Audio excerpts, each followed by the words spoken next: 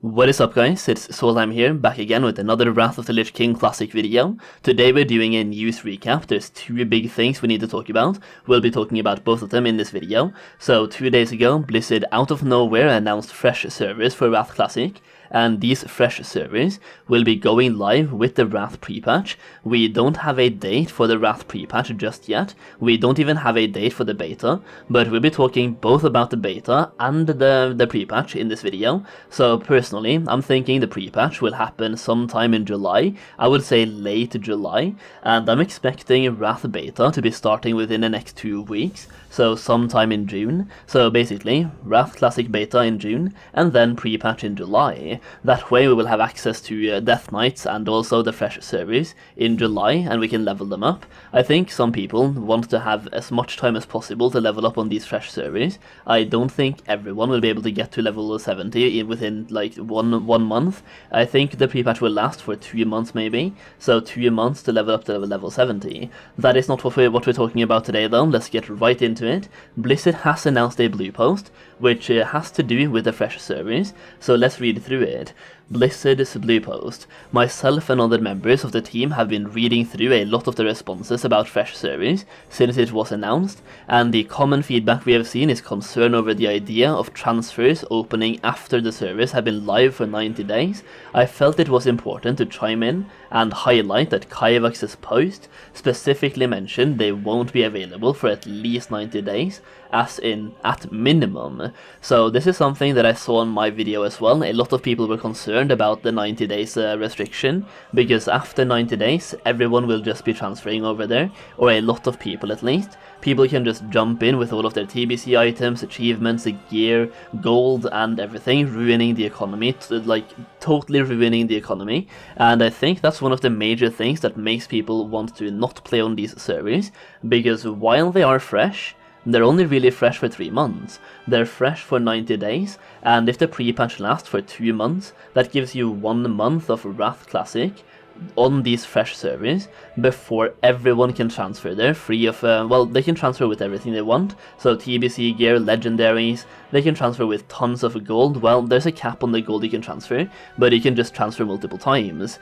The concept of opening fresh start realms in this way for Classic is somewhat new territory for us, so in this situation we believe it is very important to carefully monitor the population on these new realms, observe player behavior, and listen to feedback on this topic. There is nothing saying that transfers must flip on exactly day 91, day 191, or even day 991, and we don't intend to commit to any arbitrary time frame for transfers to become enabled super far ahead of time. We plan to be very thoughtful and deliberate when it comes to how and when we lift the restrictions around transfers on these realms. So to reiterate, 90 days is the absolute minimum amount of time that we would have to wait to open transfers, and we intend to listen to the feedback that we get on this very carefully. If the realms are healthy and we don't feel the need to open transfers on these realms, we won't rush to do so. The team really wants to take care with anything we do here because of how excited many players are about the idea of being able to start fresh, and and have that type of equal playing field. Exactly, that's one of the major things that I've been talking about myself, having an equal playing field experience in Wrath of the Lich King Classic. We are excited about it too, and we really want to take our time and ensure that the experience is as awesome as it can be.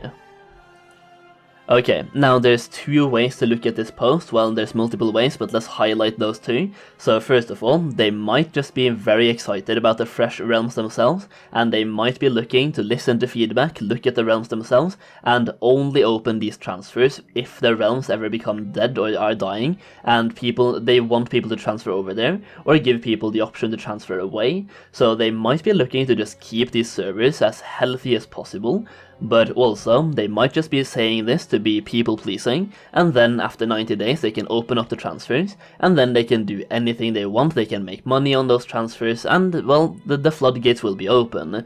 I do think they are looking to keep these realms as good as possible, and as healthy as possible. I do think the fresh start realms could be huge, and could be very huge for new players, and we definitely do need new players in Classic WoW, because well, without new players we are just going down in players. So in order to keep the popularity of Classic WoW as good as it can be, we definitely need new players to be joining in on the party as well, and this is one of those ways to get new people to be hyped about the game. If you're looking to, if you're a new player starting now, there's such a huge barrier to entry when it comes to starting to play TBC Classic, or even Wrath Classic, or just Classic WoW in general. If you're playing TBC Classic and you're looking to, for example, do a raid, almost everyone has a gear requirement to do a raid right now. It's either gear requirement or it's a GDKPs. So if you're a new player, you need to have the gear, which you don't have because you're new, and there's almost no pug runs, and the only way to obtain that gear is to get gold, then join GDKPs and buy those raid items. And what most people do then is they just buy gold off the black market, and this is going to be a huge turn-off for a lot of players because there's such a huge barrier to entry. Having an equal playing field like a fresh server is definitely going to draw in a lot of people, which is absolutely fantastic.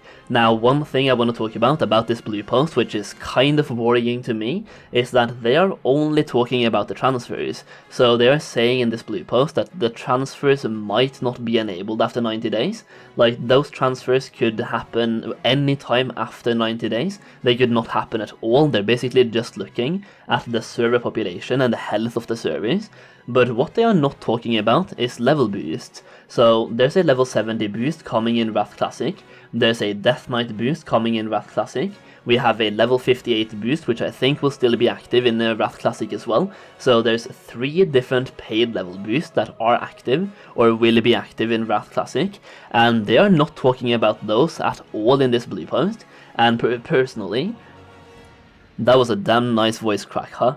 But yeah, what I think they will do here, like, since they are not talking about it and they're staying away from the topic, is that they will enable those level boosts after 90 days, because that was also one of the restrictions, that you could not boost or pay for a boost for at least 90 days.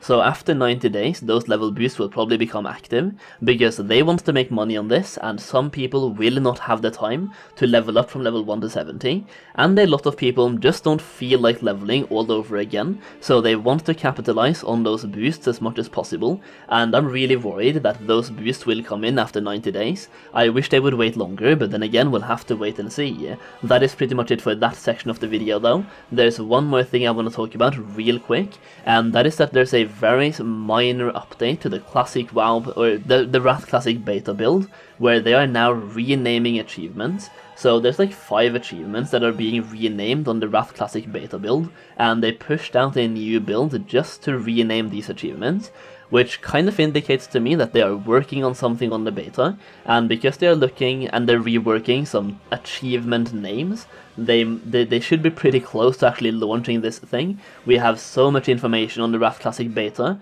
and they've been putting so many things into these builds, and they're now looking to just rename achievements, which is like kind of the final touch on the build itself. So I would kind of be shocked if we don't have the beta by the end of June. Either way, that is it for today's video, just a news recap. Hopefully you enjoyed the video. Leave a like down below if you did. Let me know Wrath hype, fresh hype. That is pretty much it though. Subscribe for more videos. Thank you so much for watching, and I'll see you again very soon.